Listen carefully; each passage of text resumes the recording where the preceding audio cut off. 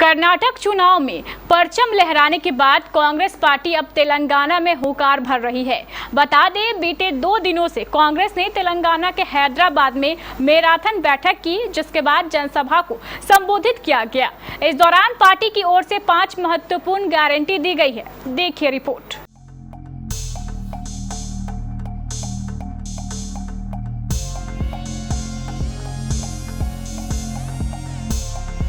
देश भर में लोकसभा और विधानसभा चुनाव को लेकर तैयारियां जोर शोर से चल रही है। ऐसे में पार्टी कार्यकर्ता जनता को लुभाने का एक भी मौका गंवाना नहीं चाहते और इसी कड़ी में चुनावी वादे देने भी अभी से शुरू हो गए हैं।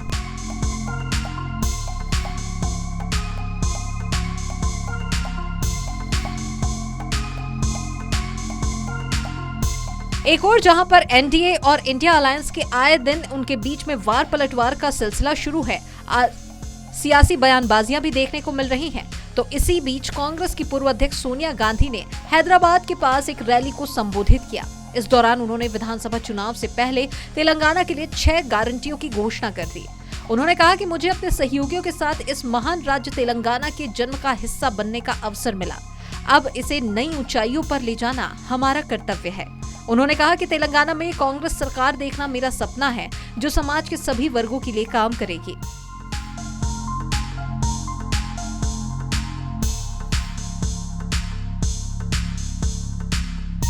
वहीं इस दौरान सोनिया ने ऐलान किया कि महालक्ष्मी योजना के तहत हर महीने 2500 रुपए की वित्तीय सहायता प्रदान करेंगे। साथ ही कहा कि अगर तेलंगाना में हमारी सरकार आई तो सरकारी बसों में महिलाओं के लिए मुफ्त यात्रा प्रदान की जाएगी। कांग्रेस ने ये तमाम बड़े चुनावी वादे किए।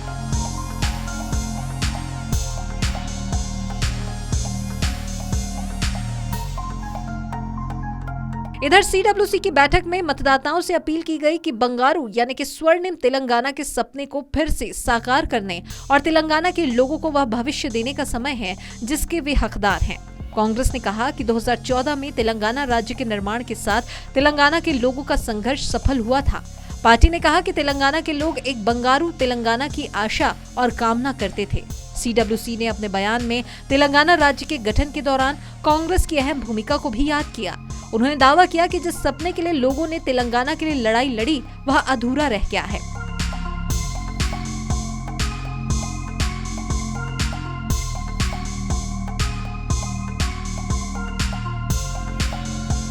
वहीं इस दौरान पार्टी ने कहा कि तेलंगाना के गठन के 9 साल बाद सीडब्ल्यूसी ये महसूस करती है कि स्वर्णिम तेलंगाना का सपना अधूरा रह गया है, क्योंकि यहाँ के लोगों को दिल्ली और हैदराबाद दोनों सरकारों ने धोखा दिया है। कांग्रेस ने कहा कि मुख्यमंत्री के चंद्रशेखर राव और उनके परिवार ने पारिवारिक शासन स्थापित कर लिया है और लोगों की आवाज नहीं सुन रहे हैं। सुनहरे भविष्य की वादे की बजाय उन्होंने निजामों की तरह शासन करके राज्य को अतीत में धकेल दिया है। बयान में कहा गया कि कांग्रेस ने इस कुशासन के खिलाफ एक जनसंपर्क कार्यक्रम शुरू किया है, जिसकी शुरुआत भारत जोड़ो यात्रा से हुई थी। और वहीं अब इसी बीच कांग्रेस ने ये तमाम बड़े वादे जनता के बीच पहुंचकर किए हैं।